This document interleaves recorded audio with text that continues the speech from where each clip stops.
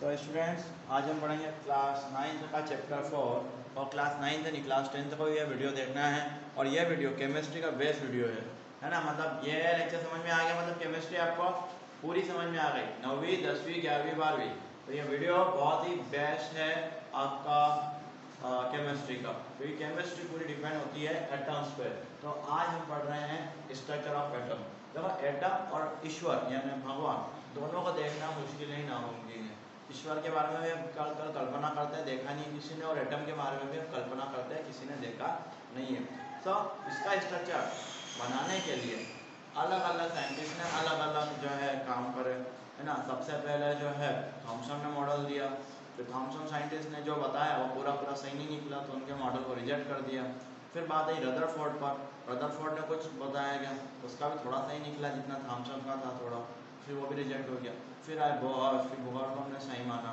फिर ऐसे करते करते एटम की हमको क्लियर पिक्चर होते गई, लेकिन कोई भी चीज़ एक बार में क्लियर नहीं होता है। तो यहाँ पर भी हम स्ट्रक्चर समझते हैं एटम का क्या होता है। हमने डाल्टन ने हमको बताया था कि दुनिया का हर मेटर छोटे छोटे पार्टिकल से मिलकर बना है, और उन पार्टिकल को हम बोलते हैं एटम।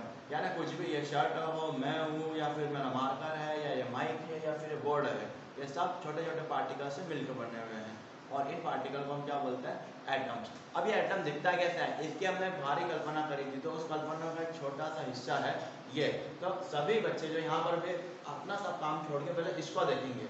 डायग्राम बनाना इम्पोर्टेंट नहीं है, यदि दिमाग में नहीं आ रहा है तो उसको कोई भी राइटिंग करते नहीं दीजिएगा, ठीक है, लाइव क्लास में भी और ऑफलाइन क्लास में भी। स्ट्रक्चर कुछ इस तरीके का होता है, बीच में एक बहुत भारी पार्टिकल होता है। इस वर्ड को याद रखो, बहुत ही हैवी, एक हैवी चीज होती है जिसको हम बोलते हैं न्यूक्लियस, ठीक है। न्यूक्लियस, न्यूक्लियस का था बीच का पार्ट, तो ये किसी भी एटम का सबसे बीच का पार्ट है। इसके अंदर दो भारी भारी लोग रहते हैं, पहला प्रोटॉन और दूसरा है इलेक्ट्रॉन।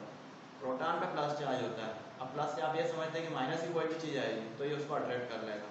और एक और चीज़ होती है न्यूट्रॉन, ये छोटे छोटे पार्टिकल, और ये इस पर कौन सा चार्ज होता है, कुछ नहीं चार्ज होता है, माइनस गलत लिखा गया था, न्यूट्रल चार्ज। न्यूट्रॉन का मीनिंग होता है न्यूट्रल, ना प्लस ना माइनस। अपने बैटरी जब आप चार्ज करते हो 2 सॉकेट होते हैं, प्लस और एक माइनस, ठीक है। तीसरा वाला पिन भी होता है बड़ी मशीनों में, वो होता है न्यूट्रल का। तो न्यूट्रल पर कोई चार्ज नहीं होता। पहला क्वेश्चन तो ये बनता है कि प्रोटॉन पर कौन सा चार्ज होता है, एनटीएससी वालों के लिए भी, एनएसओ वालों के लिए भी। तो प्रोटॉन पी से आप आ सकता है पॉजिटिव, और पॉजिटिव में होता है प्लस, तो प्रोटॉन में कौन सा चार्ज होता है, प्लस। अच्छा, दूसरा क्वेश्चन बनता है न्यूक्लियस में क्या मौजूद होते हैं, कौन से पार्टिकल मौजूद होते हैं। 90% बच्चे नहीं खाते हैं कि प्रोटॉन होता है, नहीं। करेक्ट ऑप्शन जो रहता है वो रहता है प्रोटॉन प्लस न्यूट्रॉन। तो जब आपसे कोई पूछे कि न्यूक्लियस में क्या रहता है, तो आपको समझ में आना चाहिए प्रोटॉन प्लस न्यूट्रॉन। अब तीसरी चीज जो कि सबसे ज़्यादा खतरनाक है, सबसे कम की, वो है इलेक्ट्रॉन। इस इलेक्ट्रॉन का वेट तो बहुत कम होता है ना, क्योंकि भारी कौन होता है, प्रोटॉन। पर एक क्वेश्चन बनता है इसमें कि इलेक्ट्रॉन पे चार्ज कौन सा होता है, तो इलेक्ट्रॉन पे चार्ज कौन सा होता है, माइनस। और ये हमारे इसको जो ये है ना घूमते रहते हैं, जैसे सोलर सिस्टम आपने पढ़ा है, इलेक्ट्रॉन जो है सन का जो प्लैनेट्स है वो सारे घूमते रहते हैं सन के अक्रॉस, ठीक है। सिमिलरली यहाँ पर जो इलेक्ट्रॉन है, इलेक्ट्रॉन इस न्यूक्लियस के अराउंड घूमते रहते हैं। इसको पहली शेल बोलते हैं, पहला शेल बोलते हैं, इसको दूसरा शेल, इसको तीसरा शेल, या ऑर्बिट बोलते हैं। ऑर्बिट मतलब होता है जगह जिसमें परिक्रमा होती है, जो घूमता है। तो पहला, दूसरा, तीसरा, ऐसे बहुत सारे होते हैं। तो मैं इसका नाम बताना चाहूँगा, इसका नाम क्या आता है। तो पहला जो है शेल, इसको हम बोलते हैं के शेल। जब से आप पूछे भाई कि न्यूक्लियस के बाद पहली मंजिल यानी पहले फ्लोर को हम क्या बोलेंगे, तो आप बोलोगे के। दूसरे को हम बोलेंगे एल, तीसरे को बोलेंगे एम, और चौथा यदि हो तो उसको हम बोलेंगे एन। तो ये तो आप याद रख लो कि इसको एक घर मानो, और इस घर के अंदर अलग अलग फ्लोर है। तो ये जो पहला फ्लोर है इसका हमने नाम दिया के, दूसरा फ्लोर है इसको एल, तीसरा एम, और चौथा एन, ठीक है। तो के एल एम एन। सो अब हम यहाँ तक तो समझ में आ गया है कि बीच में किसी भी एटम के न्यूक्लियस होता है जिसमें प्रोटॉन होता है जिसमें प्लस चार्ज होता है, और न्यूट्रॉन होता है जिसमें कोई चार्ज नहीं होता है। फिर इसके आसपास होता है ऑर्बिट जिसमें इलेक्ट्रॉन घूमते रहते हैं। अब देखो, ये एक कमरा है यानी पहली मंजिल बोल दो, ये कमरा इसको बोलो दूसरी मंजिल, ये कमरा है तीसरी मंजिल, और ये है चौथी मंजिल। अब हर कमरे में कितने लोग रहेंगे ये फिक्स है एटम में। ये पहले से फिक्स है कि किस रूम में कितने रहेंगे। तो याद रहो पहला जो है पहला शेल इसमें आपको 2 इलेक्ट्रॉन दिखेंगे, मतलब पहले ऑर्बिट में कितने इलेक्ट्रॉन रहते हैं, 2। दूसरा एल में 8 इलेक्ट्रॉन रहते हैं।